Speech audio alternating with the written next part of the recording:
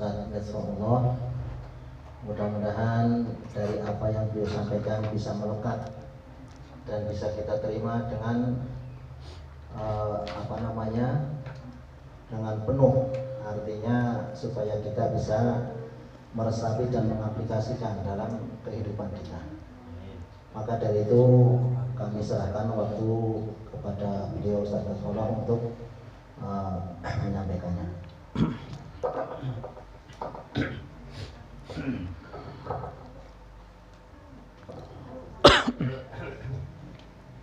Assalamualaikum warahmatullahi wabarakatuh.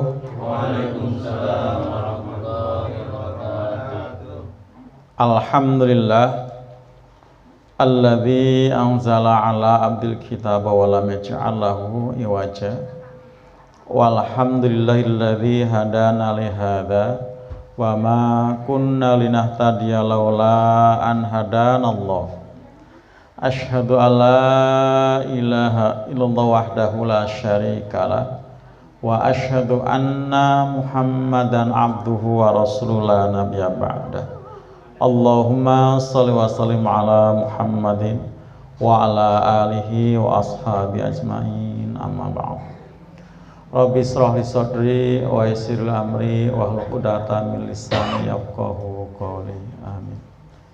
Para ikhwan akhwat rahimakumullah, wabil khusus Bapak mukmin sekeluarga selaku Sohibul Hajah Naib, alhamdulillah hadir, yang Ustaz Ta'rif guru kami, alhamdulillah berkenan hadir, dan juga Rois Mundir, para ikhwan akhwat semua dengan tidak meminta azim saya. Alhamdulillah kita bisa hadir di bait Pak Mukmin sekeluarga dalam rangka sama-sama juga mendoakan ibundanya yang baru saja menghadap Allah, Ibu Lasinem binti Warsono yang telah mendahului kita. Juga tidak lupa buat almarhum Bapak Abu Zar Darsono yang lebih dulu. Kita doakan semoga beliau-beliau berdua ini Allah tempatkan di sisi Allah, tempat yang Allah ridhoi. Diampuni segala dosa dan salahnya, dan juga dilipat gandakan segala amal solehnya.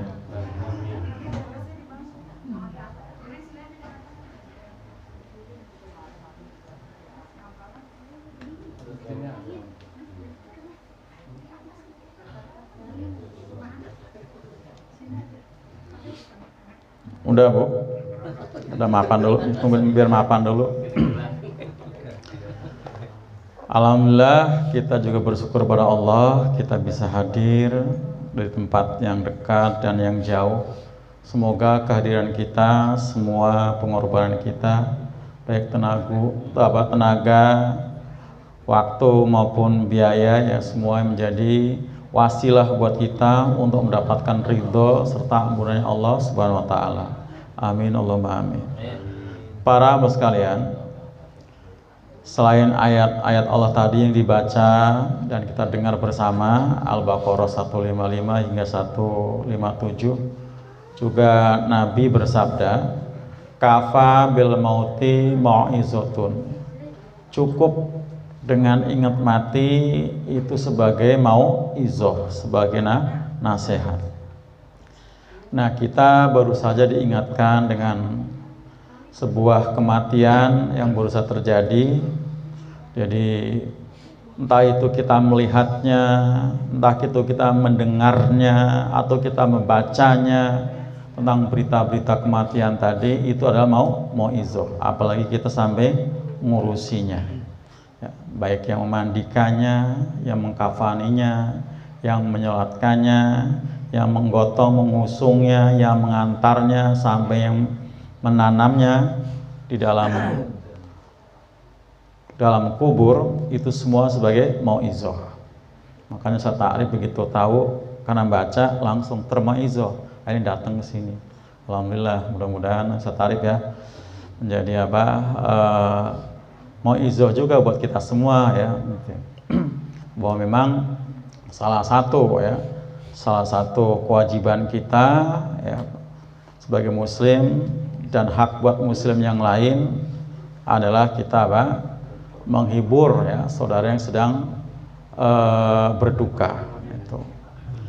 Nah, para hamba sekalian,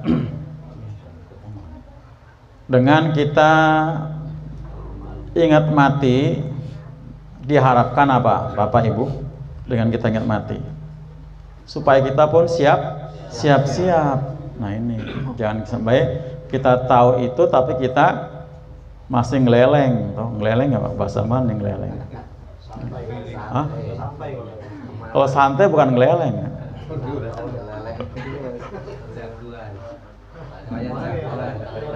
Ngeleleng tuh kayak nggak bakal mati kayak gitu ya. Itu namanya ngeleleng kan? Kayak nggak bakal mati. Dia sok kuat ya, sok hebat ya. Nah ini makanya ada larangan ya dari Nabi, selain kita diperintahkan untuk apa? Mengingat mati, juga dilarang panjang angan-angan. Nah, itu kan babnya khusus sudah kita boleh solihin tuh. Nanti naib ya, kita belum nyampe itu ya, masih jauh tuh. Soalnya naib baru mengkaji bab taubatnya. Tapi emang diawali dengan taubat dulu ya Pak? Oh iya kan? Taubat dulu. Jangan sampai kita mati belum. Oh itu. Artinya taubat itu memang wajib setiap hari. Setiap hari. Iya. Wajib setiap hari. Jadi jangan sampai nunggu kita tua, nunggu pensiun, nunggu sakit. Karena matinya nggak nunggu sakit dulu, ya nggak nunggu tua dulu, nggak nunggu pensiun dulu, ya. Jadi mati itulah suatu yang pasti terjadi, ya. Siapapun kita semua pantas mati.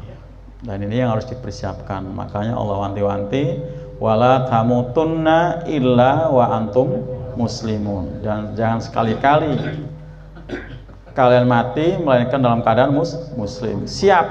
Nah, ini. Jadi kalau kita bicara masalah siap, rata-rata kita belum siap ya. Pak, rata-rata belum siap. Bang Ade, kira-kira belum siapnya kenapa tuh? Insya Allah saya siap. Oh, siap ya. Insya Allah. Insya Allah siap. Banyak ya, alhamdulillah ya. Kalau semua kayak Bang Ade siap semua insya Allah ya. Siap ya. Ada yang belum siap karena belum punya rumah, belum siap karena belum punya anak, belum siap karena istri masih cakep dan lain sebagainya kan. Madul belum siap karena siap insya Allah ya. Saya belum siap. Oh, belum siap. Saya kata sama Allah panjangkan umur saya karena ada di belakang yang perlu saya. Belum siap. Banyak orang yang saya perbaiki. Nanti belum siap ya. Tadi saya bilang kan, ada yang belum siap karena banyak cita-cita yang belum tercapai. Nah, padahal tadi mati nggak nunggu, semua segala yang kita inginkan tercapai dulu, tidak kan? Itu makanya ada istilah sekarang apa? Mati mendadak. Ada kan Pak istilah mati mendadak kan? Oh, ada. Jadi ternyata yang mendadak tuh bukan tahu bulat doang ya. Jadi termasuk mati mendadak ya. Walaupun juga sempat ada yang mengkritisi, kalau mati mendadak bagaimana? Kayaknya Allah tuh nggak punya planning gitu ya. Mati mendadak kayak Allah tuh nggak punya rencana ya Pak. Paling itu adalah sudah ditetapkan sama Allah. Jadi kita belum lahir, masih 4 bulan di perut ibu itu sudah ditentukan kapan. Gitu. Jadi mendadak tuh kata kita tadi. Bang Ade dengan angin apa tadi?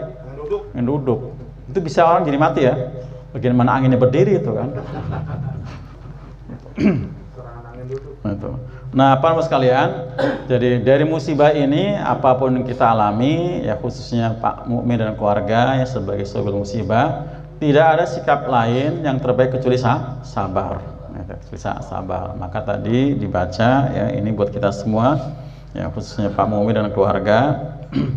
A'udzubillahi minasyaitonirrajim wa lanabluwannakum bisyai'im minal khaufi wal ju'i wa naqsim minal amwali wal anfusi wath thamarat wa basyiris sabirin.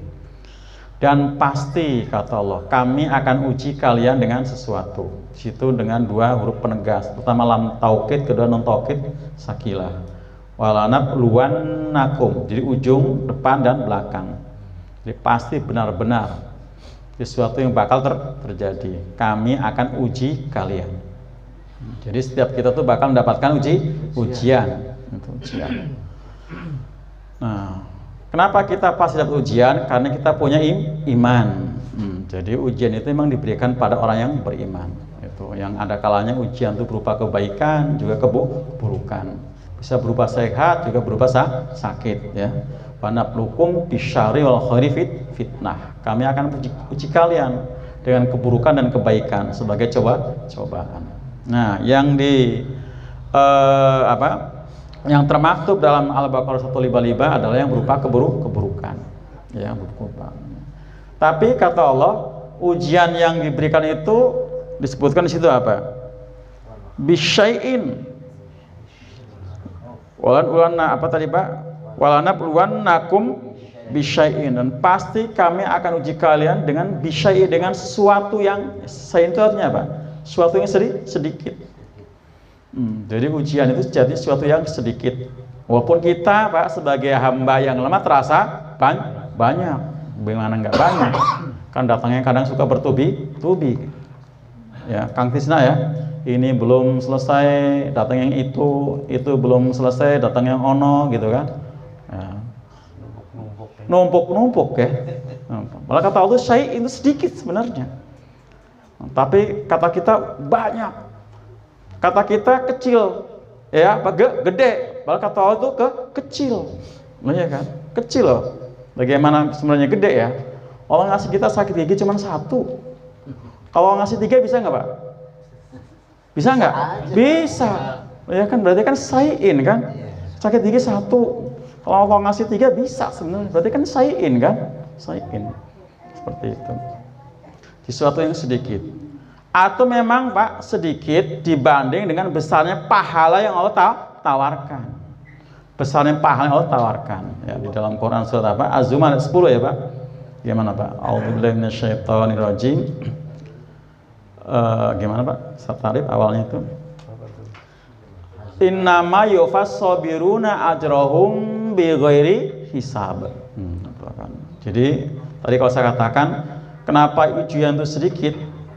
Ya, sedikit dibanding dengan besarnya banyaknya pahala yang Allah tawarkan. Wanab apa tadi Pak?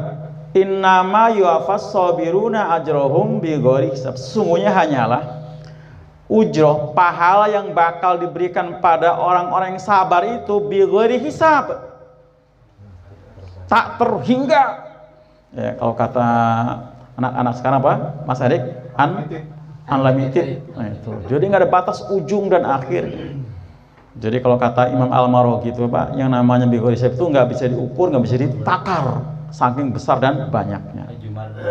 Az-Zumar ayat 10. Surat 39. Itu ya. Nah itu, jadi besar pahalanya luar biasa. Dan inilah kesabaran ya, sabar itu. Jadi memang setiap kita harus punya sabar yang benar-benar apa Pak? Yang prima. Ya, sabar yang tidak akan diakhiri dengan putus asa. Karena ada orang sering kalau kita bicara sabar selalu ada komen, Pak gitu. Kan sabar ada batasnya, selalu gitu Bang Ade, selalu itu, ada aja ngomong gitu. Ada itu kematian batasnya. Nah. Kematian batasnya. Benar itu ya. Kematian batasnya. Jadi sabar itu nggak boleh kita akhiri, dia nanti berakhir sendiri dengan kematian gitu. Sabar itu jangan kita akhiri, nanti bakal berakhir sendiri dengan kematian. Iya. Memenuhi finishnya sendiri. Oh, ini bakal finish gitu ya, ini sabar. Kalau masih hidup ya belum ada batas. Jadi kalau sabarnya kita mengakhir berarti kita namanya putus asa. Makanya sering saya bilang ke jamaah, ibu-ibu juga ya, karena pentingnya sabar. Ya, sabar itu merupakan salah satu kekayaan hati Pak, dan ini produk iman. Nah, harus kita tabung sebanyak-banyaknya kan. Kita taruh di gudang, dan kita harus punya, kalau saya bilang bukan segudang Pak, kalau kita punya sabar segudang itu bakal habis. Makanya punya harus pabriknya. Loh iya kan? Kalau punya pabrik nggak bakal habis, produksi terus. Nggak ada Pak. Nah, sekarang apa Mas Erik? Produk yang memproduksi sabar? Iman, ya kan?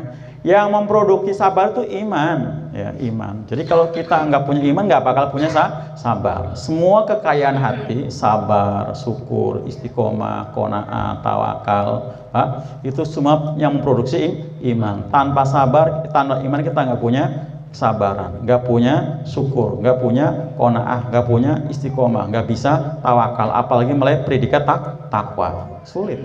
Nah itu iman. Makanya iman yang terus dipupuk ya. Dipupuk itu kalau kelihatan mulai tandus Pak, itu sebab kalau mulai apa namanya tandus, mulai apa, mulai layu, mulai nggak subur gitu ya, mulai nggak subur kita pupuk.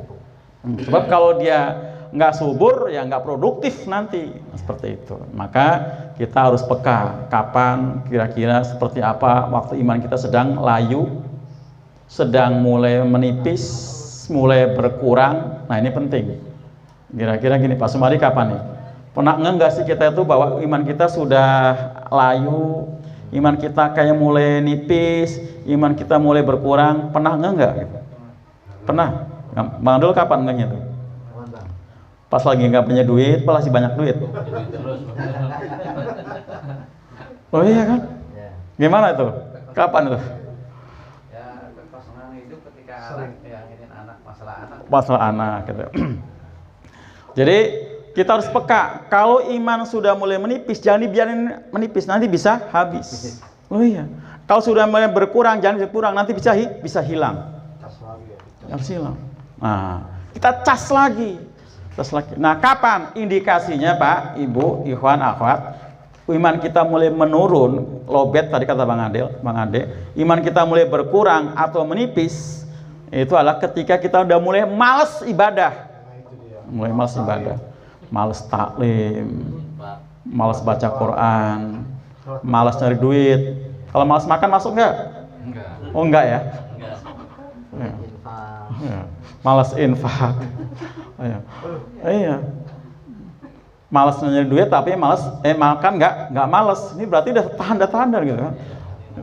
Malas nyari duit malas, tapi makan nggak malas. Gimana gitu kan?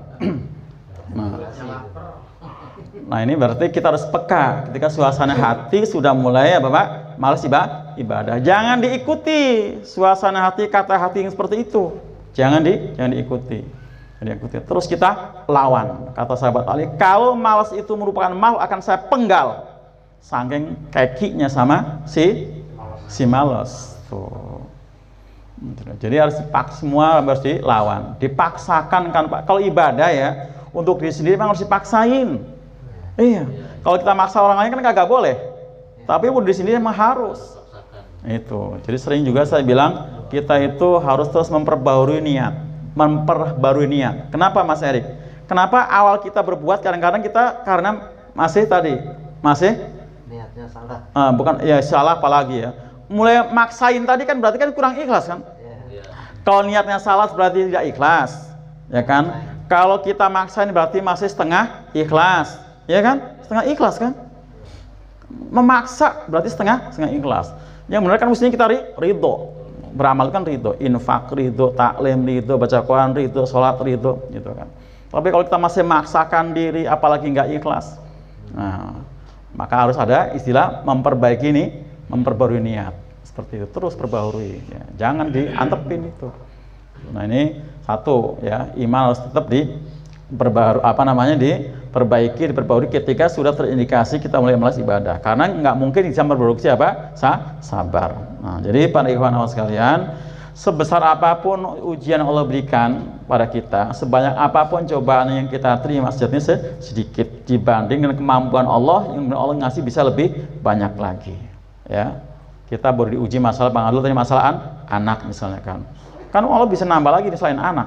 Masalah yang lain, masalah tetangga, masalah apa bisa aja gitu ya, seperti itu. Artinya memang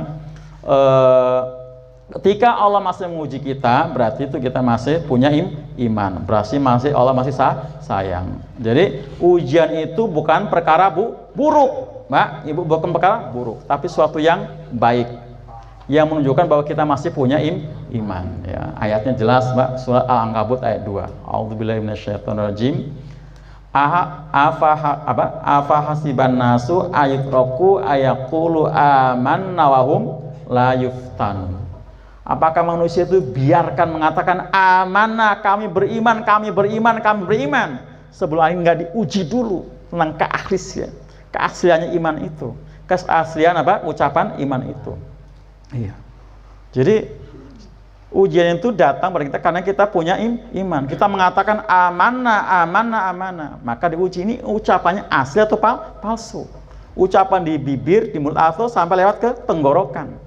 Sampai lewat tenggorokan hati atau sampai batas berhenti di hati tapi nggak terwujud dalam amal perbuatan. Iman itu kan harus lengkap. Apa kata Nabi? Al imanu laisa bit tamani. Iman itu bukan angan-angan, tapi al i'tiqad bi qalbi wal iqraru bil lisani wal amal bil arkan. Sempurna. Itu iman. Jadi ketika ujian itu datang berarti kita masih punya iman. Itu masih punya iman. Nah, itu makanya tadi setiap kita diuji berarti kita masih punya iman. Nah, ketika orang itu diuji kemudian kok dia nggak lulus ujian, nah berarti imannya masih rapuh, imannya masih lemah. Itu. Atau mungkin tadi ucapan amannya masih palsu, ya masih palsu. Pak, jangankan iman yang palsu, cinta palsu aja jelek kan? Oh iya, cinta palsu berarti apa Bang Ade? Ya benci lah, loh iya kan? Cinta palsu kan benci. Duit palsu nggak laku, obat palsu berbahaya, alamat palsu nyasar, loh iya kan? Semua yang palsu kan jelek, cuma atu doang yang bagus yang palsu. Apa, Mas Roni? Gigi doang yang bener palsu tuh.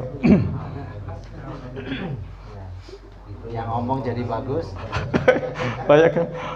Gigi ompong mestinya jelek jadi bagus kan Pak? Padahal mestinya kempot jadi apa? Jadi nggak kempot gitu, jadi kenceng lagi gitu ya.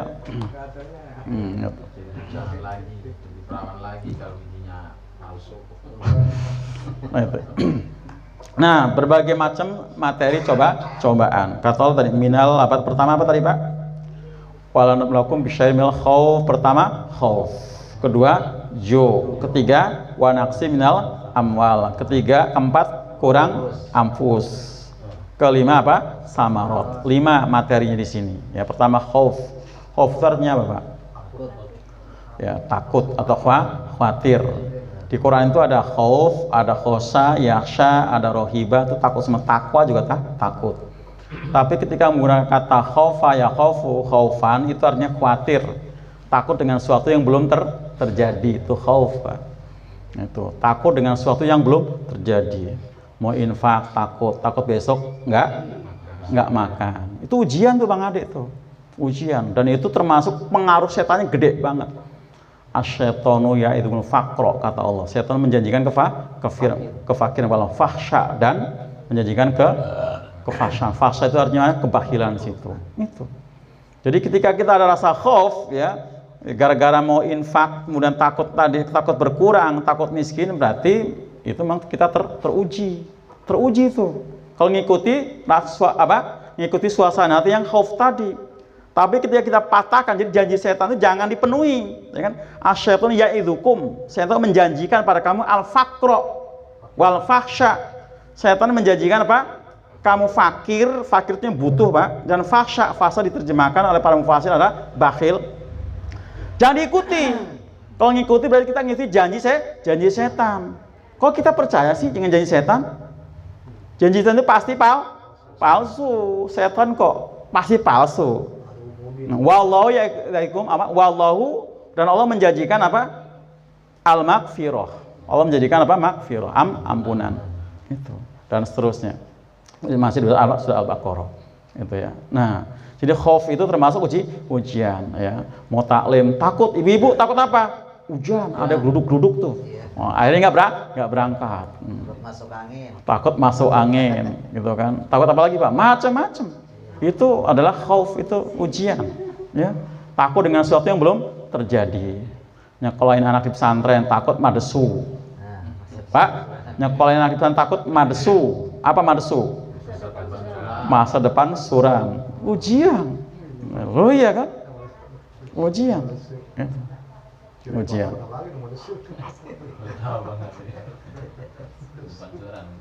Masnya itu. Khaufnya itu khauf ya. Itu. Jadi tadi ada khauf, takwa, kalau takwanya hati-hati, ya kan, hati-hati. Ini halal atau haram, itu hati-hati nanti takwa. Kemudian kalau khosya, yasha, takut khususnya kepada Allah saja. Makanya disertai dengan tindakan mendekat. Innama yakhsyallaha min ibadil ulama. Jadi kalau takut pada Allah pasti disertai dengan tindakan mendekat. Bedakan rohiba takut juga, tapi takut dengan ancaman. Maka disertai dengan tindakan menghindar. Ya, itu takut tadi ya. Jadi satu materi. Kedua Pak, diuji dengan lapar. Uji dengan lapar nggak harus miskin Pak. Orang kaya pun bisa lapar, ya kan? Oh iya. Ya. Apa namanya? Duit banyak, ya. Makanan tuh tersedia, sudah ada terhidang. Tapi karena sibuknya urusan bisnis, bisa juga nggak makan. Kelewat makan, bisa itu, ya kan? Lewat makan bisa. Gitu. Kan aneh kalau orang kaya kemudian sakitnya emah gitu kan, asam lambung, emang dia kurang makan gitu kan, ya kan seperti itu. Jadi mungkin telat makan dan sebagainya. Apalagi orang yang miskin ya diuji lapar, ya itu sudah termasuk ya sekarang saudara-saudara kita di Gaza sana ya diuji dengan ya kelaparan ya, karena memang situasi perang itu ya, itu sampai mengolah pakan ternak ya, pakan ternak diolah jadi kalau zaman naib itu ada istilah makan ternak dimakan orang apa tuh, jangan kapan tuh namanya onggok tuh apa tuh ya, onggok ya, pakanan kuda atau sapi dimakan orang zaman itu. Pak Sumadi tahu nggak tuh ya? Pernah ya, namanya bulgur ya, bulgur. Itu pakanan sapi Mang Ade, jadi bentuknya itu putih-putih kayak persan singkong gitu ya, tapi sudah nggak ada apa-apanya ya Pak. Hah? Gaber ya, gaber. Kalau tempat saya namanya onggok tuh nggak salah itu. Nah, gitu. Itu makan itu zaman itu loh Pak, bener makan ya seperti itu. Ampasnya untuk makan sapi, jadi itunya dimakan sama Belanda, sama Jepang, sama gitu kan. Seharinya, nah itu yang buat makan sapi dimakan orang Indonesia.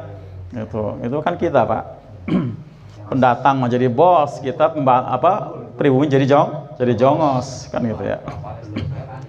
Nah sekarang terulang di Palestina, terus kita makan tadi makanan ternak juga seperti karena situasi perang walju. Yang ketiga tadi Pak, wa naqsi minal amwal, kurang harta ya, artinya suatu hal yang niscaya seperti itu, bahwa kita bakal kurang itu seperti itu. Nah, apalagi para sahabat waktu awal-awal pasca hijrah itu hampir rata-rata kurang harta para sahabat itu. Nabi itu Pak dan keluarganya itu satu hari itu dengan 9 rumah itu satu sok gandum itu yang rutin, yang enggak ya, yang rutin nggak lebih dari itu. Satu sok gandum itu kan 2,5 kg atau 3,5 liter dibagi untuk 9 rumah gitu kan, 9 rumah. Dan sering nggak ada apa-apa, hanya makan hanya makan korma yang direndam dengan air putih. Kadang-kadang nggak kemasukan sama sekali dalam satu hari. Korma dekil pun nggak ada yang masuk seperti itu. Dan sahabat-sahabat yang lain, Abu Hurairah sampai pingsan seperti itu bersama dengan 70 ahli sufahnya.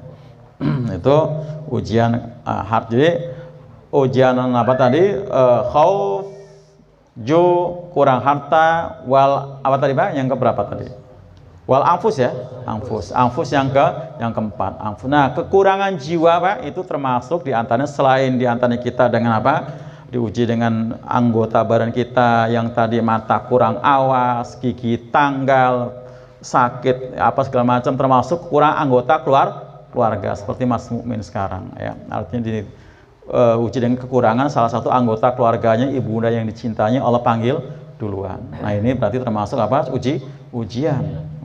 Tapi tadi yang namanya ujian sesuatu yang baik ya, yang baik, karena tanpa ada ujian-ujian tadi kita tidak bisa meraih pahala yang besar yang tidak terukur tadi ya. Quran surah Az-Zumar ayat 10. Kemudian yang terakhir adalah apa? Was-samarat, kurang buah-buahan.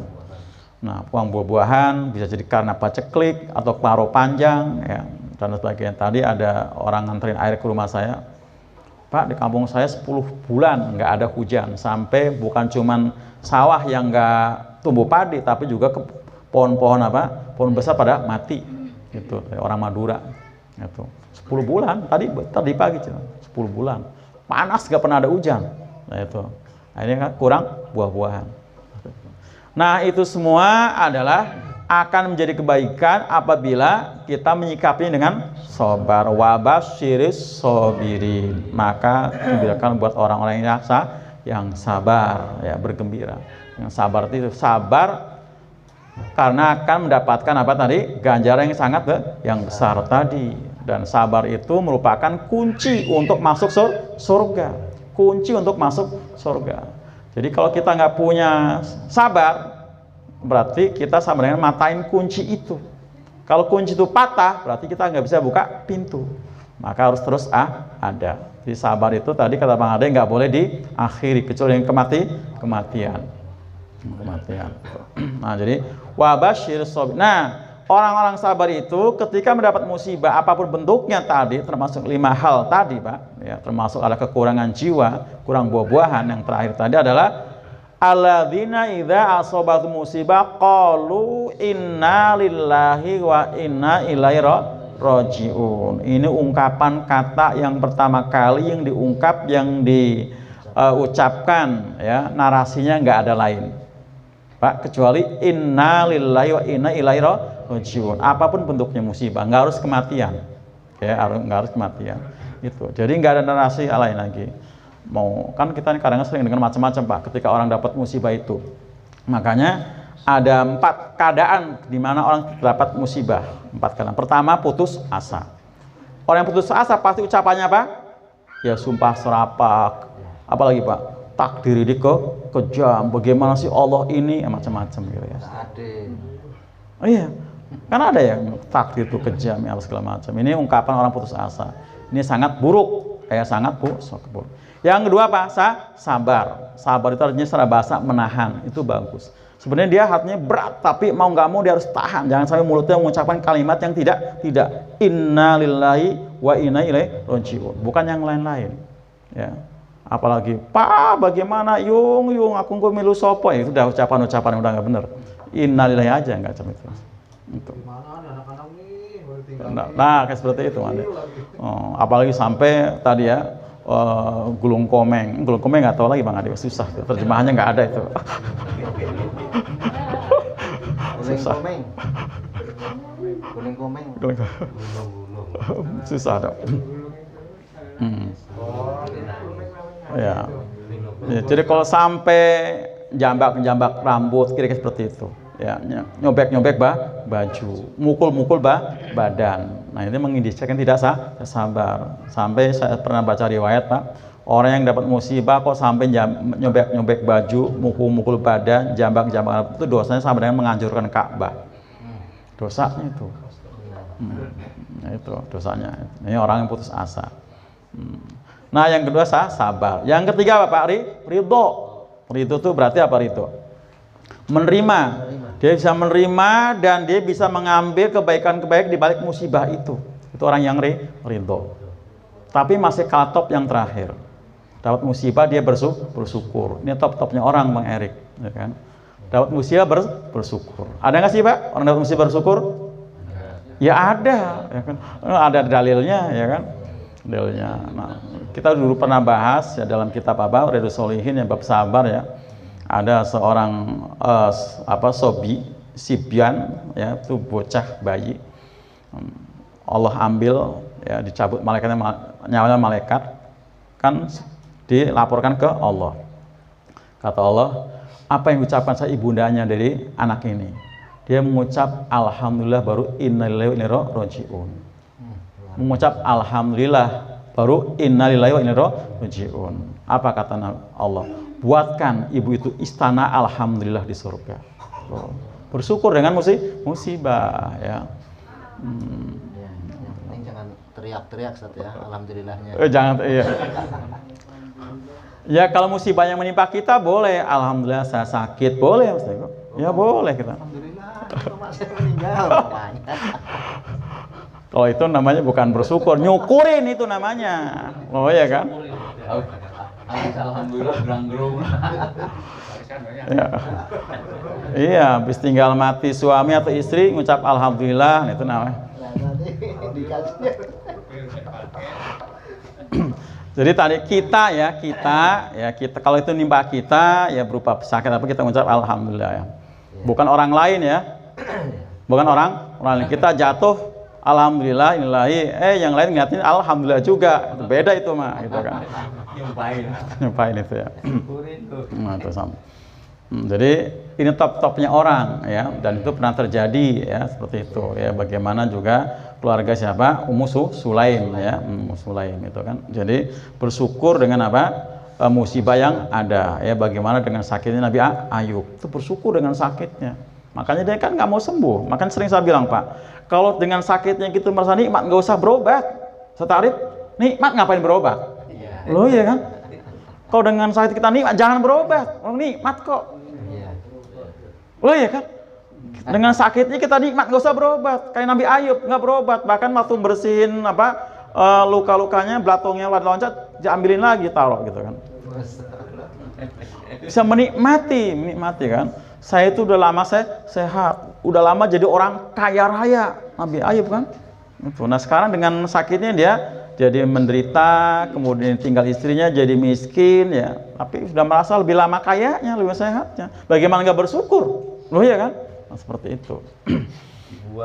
Dibuang ya. Karena orang nggak tahan baunya. Nah iya kan? Nah itu kan. Itu. Dibuang itu nggak tahan baunya karena penyakit kulit itu luar biasa. Jadi itu sabar ya, bukan sabar tapi bersyukur dengan musibah tadi, dengan musibah itu. Nah ini, buat mereka itu kata Allah, ulaika alaihim sholawatu mir rabbi wa rahmah. Buat mereka itu ada dapat sholawat dari Allah, nggak sembarang kan? Sholawatu mir rabbi. Jadi dapat kebaikan ya, kesejahteraan dari Allah, wa rahmah dan rahmat. Yang sering kita artikan apa rahmat, kasih sayang. Tapi juga yang lebih tepat rahmat itu kebaikan-kebaikan yang banyak, itu rahmat itu. Itu ya. Ini buat orang-orang yang sabar. Nah, ini para ikhwan akhwat sekalian, sedikit ya apa yang saya sampaikan, mudah bermanfaat ya. Kemudian juga selain tadi ya khusus buat Mas Mukmin dan keluarganya ya, dengan ditinggal mati harus sabar ya. Kemudian juga pesan ya dari Nabi ya, karena berbuat baik kepada kedua orang tua itu nggak sebatas ketika masih hidup saja, tapi harus juga setelah. Jadi ada sahabat yang, ya Rasulullah, adakah cara saya berbuat baik kepada kedua orang tua saya setelah orang tua saya meninggal? Ada, kata Nabi. Apa? Dengan apa? Mendoakan. Ya, mendoakan itu termasuk menyolatkan jenazahnya, ya Pak, itu mendoakan. Kemudian doa-doa yang Allah ajarkan di Quran. Robbirhamhuma kama robbayani shogiro, itu Al-Isra ayat 24. Kemudian doa dari Nabi, Robbighfirli wali walidayarhamhuma kama robbayani shogiro, mendoakan. Kemudian tadi kayak Bang Ade meneruskan kebaikan-kebaikan yang dilakukan oleh orang tua. Apapun yang sudah diperbuat orang tua yang baik-baik itu diteruskan. Jadi itu nanti kita sebagai anak dapat orang tua dapat kebaikan dari anak. Ya. Dapat. Jadi per kita mau kebaikan si anak nih Pak, orang tua udah mati dapat aliran pahala. Dapat aliran pahala. Karena orang tua kita itu sudah mencontohkan, sudah memulai berbuat kebaikan. Nah, kita teruskan, dapat aliran pahala. Kalau hadisnya begini Pak, ya. Inna atyabal ma kul akaltum, sungguh sebaik-baik apa yang kamu makan adalah kasibtum, dari apa yang kamu usahakan. Wa auladakum kasibtum, kata Nabi ya. Ini hadis riwayat Tirmidzi, Ahmad juga 3 orang tuh ya. Tapi selalu Ahmad sama. Sebaik-baik yang kamu makan adalah yang hasil usaha kamu sendiri. Dan anak itu hasil usaha kamu, kata Nabi. Anak itu hasil usaha kamu. Jadi karena itu hasil usaha kita, maka kita walaupun sudah mati dapat apa? Dapat pahala, dapat aliran pahala. Maka tadi usaha para orang tua untuk mencetak, mengkader, mendidik anak soleh itu penting. Karena kita masih tetap nanti walaupun sudah mati dapat aliran pahala. Hadisnya populer ya Muslim ya, setarif ya. Idza matabnu adama in qatau ama min apa? Idza matabnu adama in qatau minhu amaluhu ila bisalasin. Sodakotin jariyatin al ilmu yang tahu bihi dan apa? Waladin solihin yad'ulah. Itu ayat Muslim. Apabila mati anak Adam, maka putus semua amalnya. Kecuali tiga. Pertama apa? Sodakotin jariyatin. Jadi kita punya sodako jariyah itu amalnya masih ngalir terus. Ya. Ada yang memahami selagi yang disodakokan itu masih bermanfaat maka mendapat pahala. Tapi kalau saya nggak paham seperti itu. Karena kalau itu ukurannya ya kalau kita ya dimanfaatin sebentar banget gitu ya. Oh iya, kita misalnya sedekah makanan selagi masih dimakan, dapat pahala. Kalau sudah enggak tidak. Kita sedekahnya apa? Kalau bentuknya bahan bangunan, ya selagi masih dipakai masjid, dapat pak. Kalau masih dibongkar tidak. Kalau ayatnya seperti itu. Wa ma indakum yang fadhu wa ma indallahi baq. Gitu, batin. Apa-apa yang di sisi kamu itu akan sirna. Tadi kita sodako jariah berupa semen ya akan hilang, pasir juga akan hilang, bangunan masjid utuh satu pun akan hancur. Pasti akan hancur kan Pak? Hancur karena mau dipugar atau mungkin karena bencana, hancur kan? Itu seperti itu. Nah, seperti Masjid Nabi. Kalau Masjid Nabi ukurannya itu Pak, ya sekarang udah bukan bangunan Nabi lagi. Nabi bangunnya bukan setarif, kemarin yang baru lihat gimana? Ya luar biasa megah, mewahnya berlapiskan emas kan. Nabi bangunnya pakai apa sih? Pelapah korma, potang korma, loh ya kan? Seperti itu. Jadi yang di sisi kamu, di sisi kita itu apapun jenisnya bakal sirna. Tapi wama indallah, apa yang di sisi Allah itu bako abadi. Apa itu Pak? Pahala. Jadi utuh masih. Seperti itu. Jadi kita akan dapat pahala sampai hari kiamat. Ya, Quran jelas ya Pak. Innalladzina amanu wa amilus sholihati falahum ajrun ghairu mamnun. Ajrun ghairu mamnun. Sungguh orang yang beriman dan beramal soleh baginya pahala yang nggak putus, ngalir terus. Ghairu mamnun, ngalir terus, nggak putus. Ghairu mamnun. Itu ya. Yang kedua ilmu yang bermanfaat. Ya dijelaskan termasuk oleh siapa? Ulama kita yang dari Bangil itu ilmu bermanfaat bukan ilmu agama doang ya Pak Ikhwan, tapi termasuk ilmu dunia. Kita bisa nyupir, ngajari nyupir termasuk, bisa ya, matematika, ngajar matematika termasuk itu. Jadi bukan ilmu ngajarin Quran doang Adek itu, iya itu. Jadi ilmu apa aja yang bermanfaat ya, ilmu itu yang diajarkan. Yang penting ilmunya bukan ilmu yang maksiat, itu akan jadi amal yang terus mengalir. Yang ketiga tadi waladun solihun yad atau waladin solihin yad, anak soleh yang mendoakan. Yang mendoakan ini, nah ini penting ya. Jadi ini saja para ikhwan semua, mudah-mudahan bermanfaat buat kita semua. Atau mungkin ada yang tanyakan silakan, nanti terserah ambil majelisnya. Demikian ya. Waalaikumsalam warahmatullahi wabarakatuh.